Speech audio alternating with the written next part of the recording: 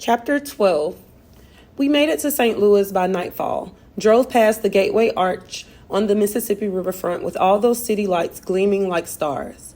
The arch represented the gateway to the west, where the pioneers began their journey to the new land. Mrs. Gladstone said it was 630 feet high. Seeing it made me feel like I'd just done something important. I thought of all those pioneer teenagers pushing westward in the covered wagons, hot, sweaty, wondering what the new land would bring, trying to convince their parents to let them drive. I was getting very good at finding hotels. I came to a perfect stop with no lurching in front of the St. Louis Beauregard and really impressed the doorman, who was dressed like the Nutcracker from the ballet, except he wasn't wearing tights.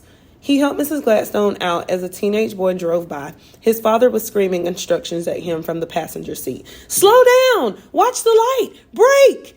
I smiled maturely. Those days were over for me. Mrs. Gladstone and I checked in, separate rooms, and headed upstairs. She was limping bad and said she was going to have dinner in her room and that I should do the same. Room service. Freedom.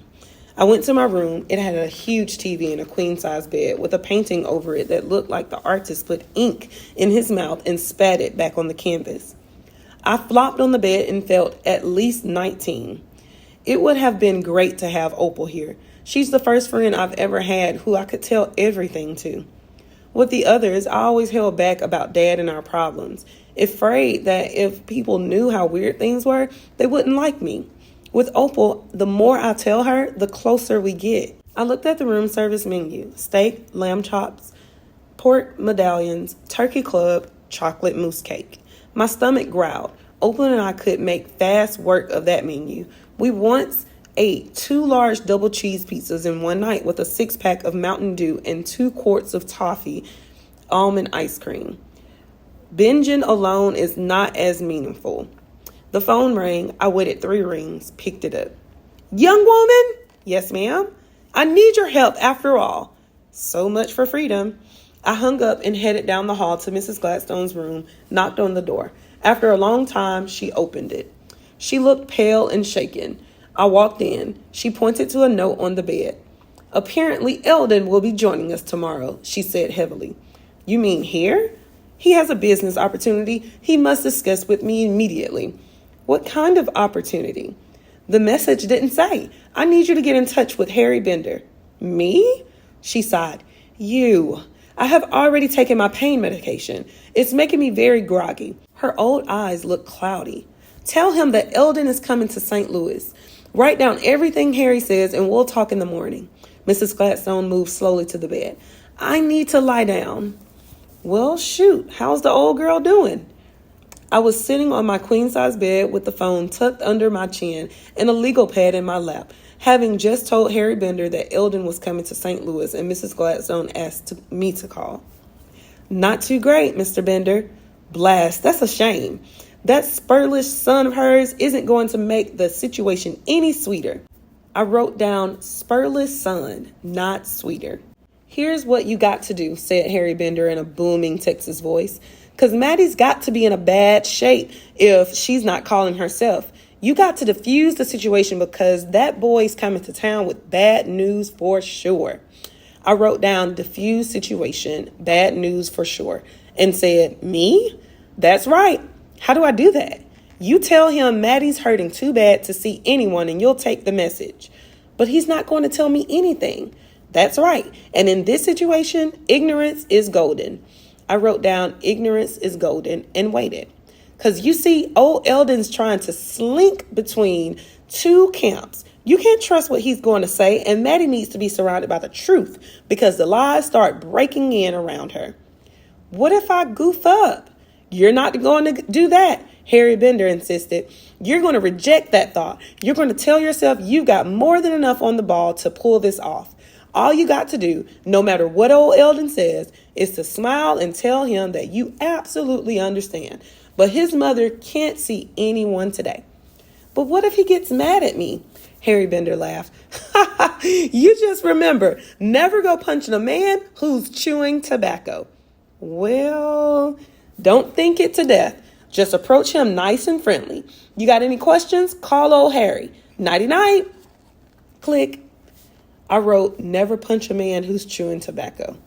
I think at the very least this should be a bumper sticker, but I'm not sure what any of this has to do with selling shoes.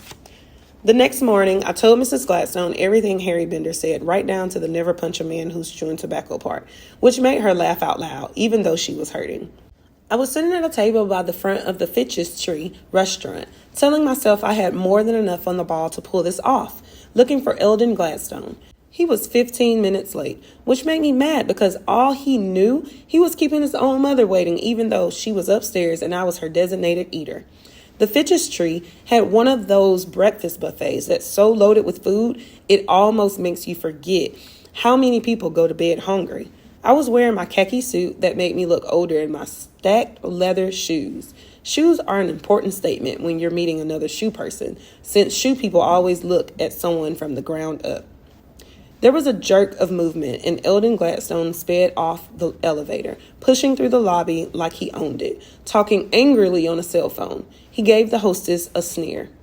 "I'm meeting my mother." He looked impatiently at the tables. Seeing him made me feel tired. "Because I can't," he barked into the phone. "It's not going to fly." I stood up. Mr. Gladstone, your mother asked me to meet you." He said, "Later," into the phone and snapped it shut. He looked at my shoes. "I'm Jenna Boyler, her assistant." Assistant sounded better than driver. Eldon reached for a handful of buttermints by the cash register and ate them all at once. He was wearing a beige floppy suit with the sleeves pushed up and a gold watch. I steeled myself. Smiled nice and friendly. "She's not feeling too well, sir. She won't be coming down for breakfast." He glared at me, unsure. "What's the matter with her?" "Her hip." "Again?" I didn't know this was an ongoing problem. I nodded. I took a deep breath for the next part. "She said you could give me any message and I don't think so." I didn't either. "I don't know who you are, miss, but I like to see my mother." "I appreciate that, sir. She just can't see anyone today. I understand how you feel." Eldon was 6 inches shorter than me, and he didn't like it. "Sit down," he barked. I sat. He kept standing, telling me that he'd flown in from Dallas to see his mother, and he wasn't leaving until that happened. I smiled, explained it again and again. "It's such a shame," I said. "You coming all this way? She just can't see anyone today." He looked at me like I was garbage. "I'm not going to let some overgrown teenager tell me I can't see my mother." Smile. Never kill in public. I wanted to so bad. I looked at Eldon, who was gunning for a showdown, waiting for me to lose it right there. Never punch a man who's chewing tobacco. That's what Harry Bender said. I knew why now. They spit it out all over you. I killed him with kindness. "Boy, I'm sure sorry about this, sir. Your mother's just not able to—" "That's clear." Eldon turned on his tasseled Italian loafer. "You tell my mother we've got to talk. No, tell her we're going to talk." I smiled. "I'll tell her, sir." I felt that adding "you grateful slime ball" would have been pushing it. And with that, Eldon Gladstone stomped off in a stinking cloud of deceit. Evil retreats in the presence of goodness. What a snake.